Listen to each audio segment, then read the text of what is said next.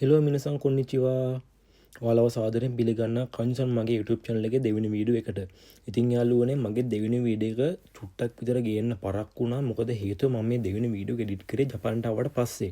ඉතින් ජපානට ඇවිල්ලා මුල් සතිය දෙකේ අර තිබ්බ වැඩ ටිකත් එක්කන් මේ මට මේ වීඩියෝ එක වොයිස් කරගන්න බැරි වුණා. ඉතින් ඒකත් එක්ක මේ වීඩියෝ එක මට හදාගන්නත් බැරි වුණා. ඉතින් කොහොම හරි කමන්නේ යාළුවනේ අපි යමු දැන් වීඩියෝ එකට.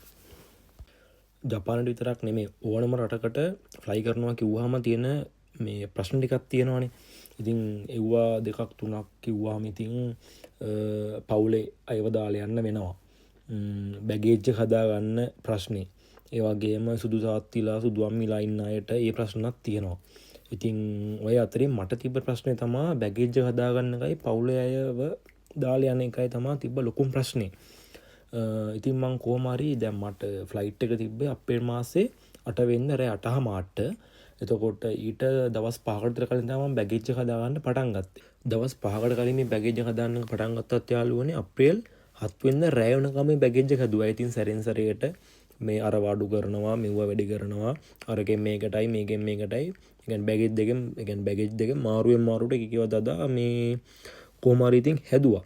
කොහමද ඉතින් ඒක අරන් යන්න පුළුවන් බර ප්‍රමාණයකුත් තියෙනවනේ. දැන් මම බුකින් දාලා තිබ්බේ චයිනා ඉස්ටර්න් ෆ්ලයිට් එකක්. එතකොට ඒක අරන් යන්න පුළුවන් බර ප්‍රමාණය කිලෝ 53යි. ඉතින් ඒ බර ප්‍රමාණය වලට වැඩි වෙන්නත් බෑනේ. චුට්ටි ප්‍රමාණයක් එහෙම වුණාට කමක් නැහැ. ගොඩක් වැඩි වෙන්න බෑ.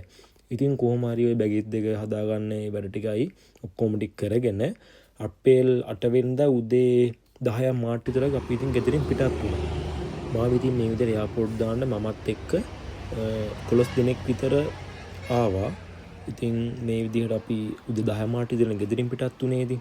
ඉතින් එතකොට උදේට විතරයි කාලත් හිටියේ. ඊට පස්සේ කොහොමද ඉතින් දඹුල්ලේ හරියට වගෙනකොට ආයෙ ඉතින් පොඩි බඩගින්නක් ආවා. ඊට පස්සේ ඉතින් ගෙදර අයත් එක්ක හැමෝමත් එක්කම ඉතින් මේ විදිහට කඩේකින් කියන්නේ රෙස්ටුරන්ට් එකක් වගේ තැනක් ඒක. ඉතින් නවත්තලා කෑම ටිකකුත් කාලා කුරුණෑගලට ඇවිල්ලා එතනින් දැම්ම හයිවේ එකට. ඊට පස්සේ එතනින් හයිවේ එන්ට්‍රස් එකකින් ඇතුල් වෙලා අපි එලියට දැම්මේ ජායලෙන්ද කොහෙද. ඊට ජායලෙන් එලියට දාලා ජායල හරහා තමයි අපි එයාපෝට් එකට ගියේ. කොහොම හරි ඉතින් යාළුවනේ ওই දිගට දුර ගෙවාගෙන ඇවිල්ලා එයාපෝට් එකට ලං වුණා. ඉතින් එයාපෝට් එක ළඟට ලං වෙනකොට දැනෙන ඒ ෆීලිං එක නම් අම්මෝ ඉතින් තනිකරම පිස්සුවා. මොකද ඉතින් ගෙදර අයව දාලා යන්න වෙනවා. ඉතින් ඒකම තමයි නිතරම මතක් වෙන්නේ. ඉතින් අර සතුටකුත් තිබ්බට ගොඩක්ම මතක් වෙන්නේ ඉතින් අර දේ තමයි. ඉතින් අපේ ටිකට් එක දාලා තිබ්බේ 4:00 වෙනකොට අඩුම එයාපෝට් ළඟට ඇවිල්ලා ඉන්න කියලා. ඉතින් අපි 4:00 වෙනකොට එයාපෝට් ළඟට ආවා. ඉතින් එයාපෝට් ළඟට ඇවිල්ලා මේ විදිහට අපි අනිත් කට්ටිය එනකන් බලාගෙන හිටියා. කොහොම හරි ඉතින් හවස 5 විතර වෙනකොට අපේ බැජ් එකේ ඔක්කොම 7 දෙනෙක් හිටියා. ඒ 7 දෙනාම ආවා ඉතින්. ආවට පස්සේ අපි පවුලේ අයයි අපි කට්ටියයි අපි හැමෝම ඔන්න ඉතින් එයාපෝට් එක ඇතුළට යන්න ගියා.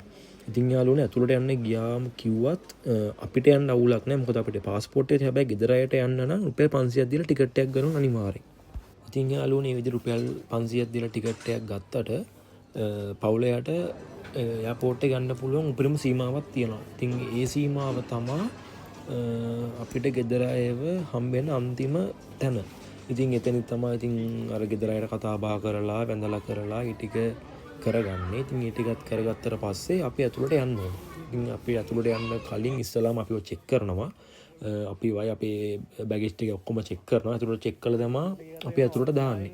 ඊට පස්සේ අපි එතනින් එහාට ඇතුළට ගියාට පස්සේ අපි අපේ ටිකට් එක ගන්න ඕනේ. ඒ කියන්නේ අපිට දැන් ටිකට් එක විදිහට අපිට ඉස්සලාම හම්බෙන්නේ ඩමිය. එතකොට ඒ ඩමියයි පාස්පෝර්ට් එක දෙක පෙන්නලා අපේ ටිකට් එක ගන්න ඕනේ.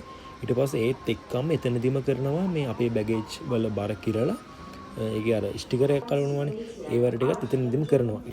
බැගේජ් වල වැඩේයි එයා ටිකට් එක ගන්න වැඩේ මෙතනින් මෙහෙම ඉවරුනාට පස්සේ ඒ වැඩ දෙක ඉවරයි. එතකොට බැගේජ් ටිකත් ඔතනින් කිරලා එහෙම අර පටියට දානවා. ඒ කියන්නේ බෙල්ට් එකක් තියෙනවා. ඔය බෙල්ට් එකට දානවා. ඊට පස්සේ බෙල්ට් එක හරහා ඒක කෙලින්න යනවා ෆ්ලයිට් එකට. ඊට පස්සේ අපි කරගන්න ඕනේ යාළුවනේ අපේ පාස්පෝර්ට් එකට ගහගන්න ඕනේ සීල් එක.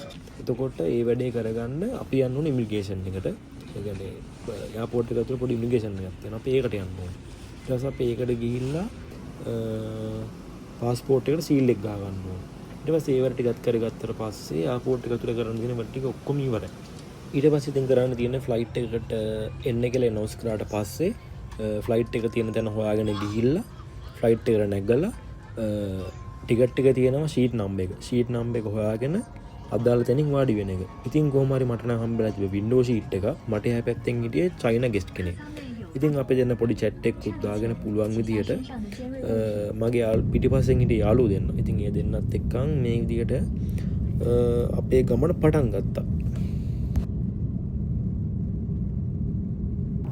ෆ්ලයිට් එක ටේක් ඔෆ් කරාට පස්සේ වෙන කරන්න කියලා දෙයක්වත් නැහැ. ඉතින් ඒකටම කියලා අපේ තියෙනවා මේ ෆ්ලයිට් එකේ අපේ ෂීට් එකට ඉස්සරහා ෂීට් එකේ ඒ කියන්නේ හැම ෂීට් එකකම අයි කරලා තියෙනවා පොඩි ටීවී එකක්. ඉතින් ඒක අපිට 3D මැප් එක බලන්න පුළුවන්, සින්දු අහන්න පුළුවන්, ගේම් ප්ලේ කරන්න පුළුවන්, ෆිල්ම් බලන්න පුළුවන්, e-shop කියලා එකක් තියෙනවා, e-book කියලා එකක් තියෙනවා. ඒ වගේ එක එක ටික ඒ කියන්නේ එක එක වගේ ටිකක් තියෙනවා. ඉතින් මම නම් කරේ Avatar 2 ෆිල්ම් එක තිබ්බා. ෆිල්ම් එක දාගෙන බල පොඩි මොනෝපවර්කුත් ගහගෙන ගියා.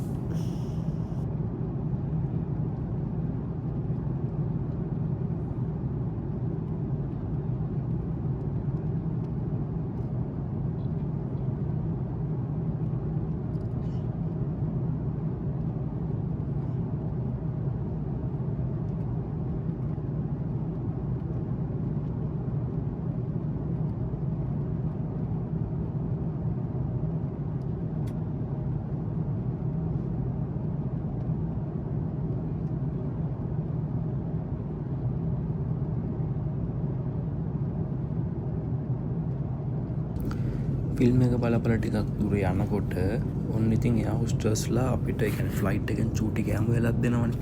ඒක දෙන්න පටන් ගත්තා. ඉතින් මම නම් ගත්තේ කොකාකෝලයි වෝටර් එකකුයි ඊට අමතරව තිබ්බා මේ බීෆ් රයිස් එකක්. බීෆ් රයිස් එක තමයි ඉල්ලගත්තේ. ඒතර බීෆ් රයිස් එකත් එක අපිට මේ ඔය වටේ තියෙන පොඩි තව පොඩි ස්වීප් අයිටම් ටික ඒ ටිකත් හම් වෙනවා.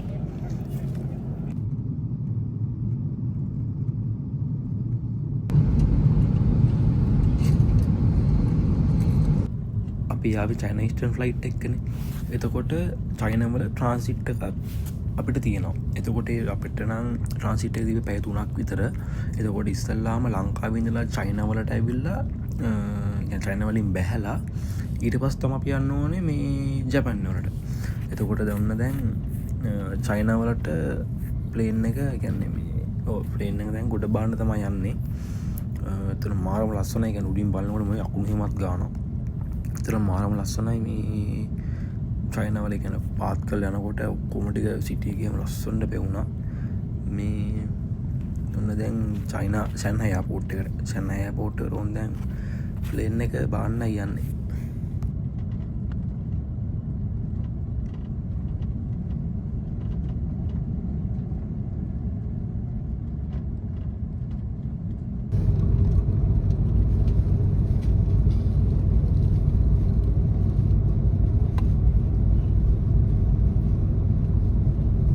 ඔන්න ඉතින් ෆස්ට් ටයිම් අපි චයිනා වලට අඩිය තියන්නයි යන්නේ. ඉතින් මේ විදිහට අපේ හෑන්ඩ් ලගේජ් එකයි බ්ලෙසර් කිට් එකයි ඔය ටිකත් අරගෙන අපිත් එක්ක මේ තව එකඩමී යාළුවෙකුත් ඇවිල්ලා හිටියා. එයාලා කට්ටිය අපි කට්ටිය හැමෝම ඉතින් මේ විදිහට ඔන්න ෆස්ට් ටයිම් ලංකාවේ ඉඳලා චීනයට ගොඩ බහින්නයි යන්නේ. ඉතින් යාළුවනේ අපිට මේ ට්‍රාන්සිට් එකේ තිබ්බ පැය 3ක් විතරනේ. එතකොට ওই පැය 3ක කාලය ඇතුළත අපි මේ කියන්නේ ඔස්ට්‍රේලියාවක් දාගන්න ඔස්ට්‍රේලියාවක් දාගෙන එතකොට අපි ටිකට් එක ගන්න ඕනේ. ඊට පස්සේ අපි ලගේජ් ටික ආයෙ මෙයාලා චෙක් කරනවා. ඒ ටික වේවර ටික කරගන්න ඕනේ. ඊට පස්සේ අපි ෆ්ලයිට් එක තියෙන තැන හොයාගන්න ඕනේ. ඉතින් හැමදේම අපි කරගන්න ඕනේ. ඉතින් අපි ඉස්සෙල්ලාම ගොඩ බැස්සට පස්සේ ඔස්ට්‍රේලියාවක් දාගත්තා. ඊට පස්සේ කොහොම හරි මේ තර්ඩ් ටර්මිනල් එකේ තමයි මෙහෙ මේ කියන්නේ අපි දැන් ලංකාවේ ඉඳලා චයිනා වල ටිකට් එක ගත්තානේ. එතකොට චයිනා ඉඳලා ජපාන් වලට අපිට ආයෙ මෙහෙ ටිකට් එකක් ගන්න ඕන. එතකොට අපි තර්ඩ් ටර්මිනල් එකේ තමයි මේ තිබ්බේ ටිකට් එක. නිකන් ටිකට් එක ගන්න කවුන්ටර් එක තිබ්බේ. දැන් මේ විදියට මේ ට්‍රේන් එකෙන් ගිහිල්ලා ටිකට් එකේ වැඩේ කරගෙන අපි ආයාව මේ ෆස්ට් ටර්මිනල් එකට. එතකොට ඒ කියන්නේ අපිට ෆස්ට් ටර්මිනල් එකේ තමයි අපිට මේ තිබ්බේ ෆ්ලයිට් එක. ඉතින් අපි ඒ විදිහට වේවර් ටිකක් කරගෙන අපි මේ විදිහට ආයෙම ආවා මේ ෆස්ට් ටර්මිනල් එකට.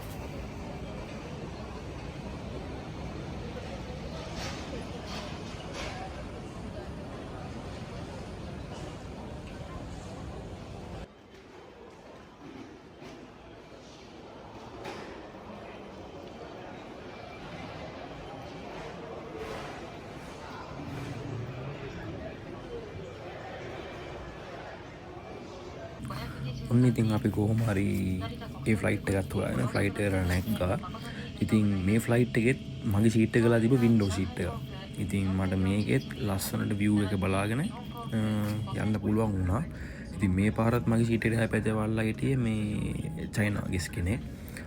ඉතින් ඔන්න අපි දැන් චයිනා ඉඳලා ජපාන් වලට ෆ්ලයිට් එක යන්නයි හදන්නේ. මේ පේනවනේ මේ යා පැත්තේ කට්ටිය අපිට සැලුට් කරනවා. ඉතින් පරිස්සමට ගිහින් එන්න කියන වෙන්නේ නැතිනේ.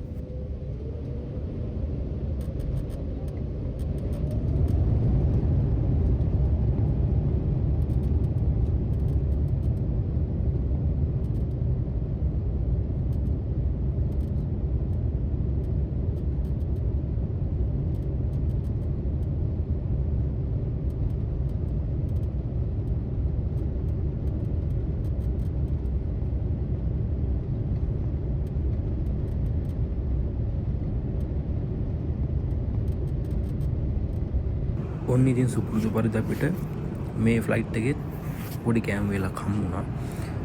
ඇත්තටම මේක හම්බෙච්ච එක නම් මේ අපිට කලින් හම්බෙච්ච එක වගේ එච්චර හොඳ නැහැ.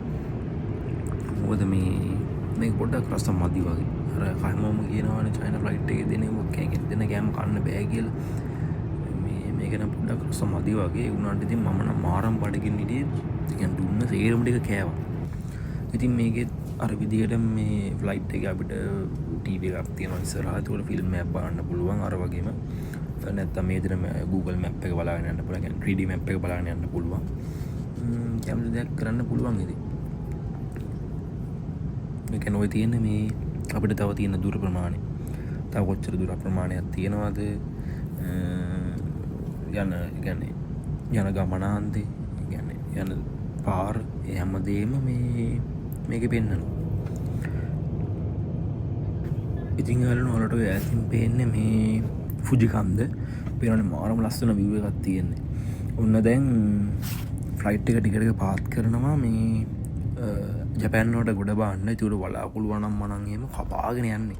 මාරම ලස්සනයි මේ වලාකුළු උඩින් ඇවිල්ලා ෆ්ලයිට් එක මේ බාන්න පාත් කරනකොට මේ වලාකුළු වලාකුළු උඩින් සාමාන්‍ය ෆ්ලයිට් එක එන්නේ.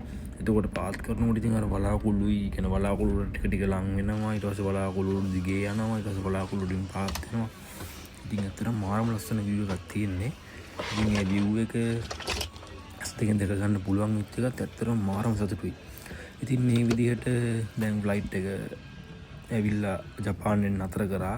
ඉතින් බෑග් ටිකත් අරගෙන ඔන්න දැන් අපි ජපානයට අඩිය තියන්න හදන්නේ. ඉතින් අර ගොඩක් කට්ටිය කියන ජපාන ළඟ වෙදිච්ච ගමන් මේ මිනිස්සු වෙනස් වෙනවා කියලා. ඉතින් මමත් දැන් එහෙම වෙන්නයි හදන්නේ.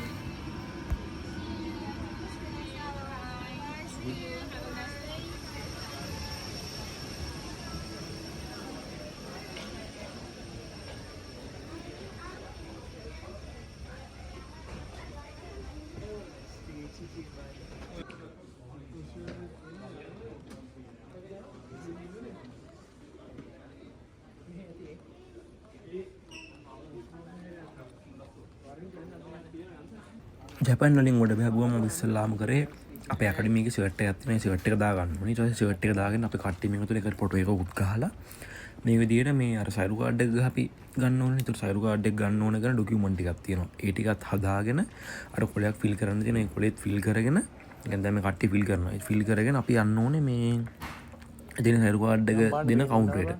ඉතින් එතන ගිහිල්ලා ඒකත් ගන්නවා කියන්නේ ඉතින් මාරම සතුටුයි. මොකද මේ පැය 28 වදින කාඩ් එකනේ. ඉතින් ඒකත් අරගෙන ඒකත් අරගන්න අපි යන්න ඕනේ. ඉතින් ඒ වල ටිකත් ඔක්කොම ඉවර වුණාට පස්සේ අපි වෙක්කගෙන එන්නවා කිව්වා මේ අපේ වර්ෂිකු එකේ ෂෙල්ටන් සෙන්සේ. ඉතින් අපි යා ළඟට ගියා. ඉතින් මේ විදිහට ඔන්න එයාවත් හම්බුණා. ඉතින් එයාව හම්බෙලා මෙතනින් එයාට අපි ඉස්කෝලේට මේ එක්කන් ගියා තමයි.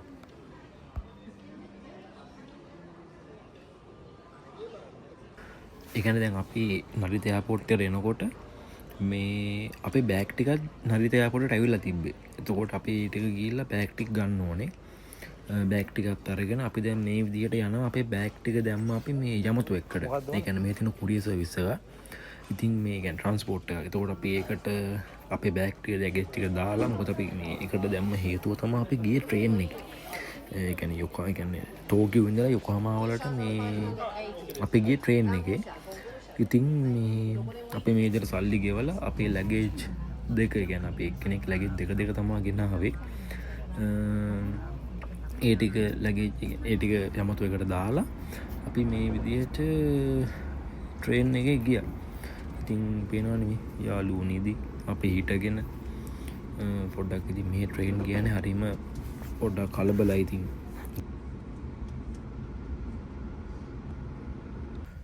ඉතින් යාළුවෝ ඔය විදිහට අපි ට්‍රේන් 3ක් විතර ආවා. ට්‍රේන් 3ක විතර හිටගෙනත් ආවා ඉඳගෙනත් ආවා. අපිට දැන් එනවා මහන්සි ඉතින්. ඊට පස්සේ කොහොම හරි සගමි ඔනෝ කියන ස්ටේෂන් එක තමයි අපේ ස්කූල් එක ළඟ තියෙන ස්ටේෂන් එක. ඉතින් අපි එතනට එනකොට අපි වෙක්කන් යන අපේ ස්කූල් එකේ මේ සෙන්ස්ලා දෙන්නෙක් ඇවිල්ලා හිටියා. ඉතින් අපි යාළුවත් එක්ක අපේ අප්පාර්ට්මන්ට් එකට ගියා. එහෙනම් ඉතින් යාළුවනේ කවුන්සන් මගේ YouTube channel එකේ දෙවෙනි වීඩියෝ එක මේ විදිහට අවසానයි. ඔයාලා මාව subscribe කරන්න මතක කරන්න එපා. මීටත් වඩා හොඳ වීඩියෝ මින් ඉදිරියට. එහෙනම් goodbye.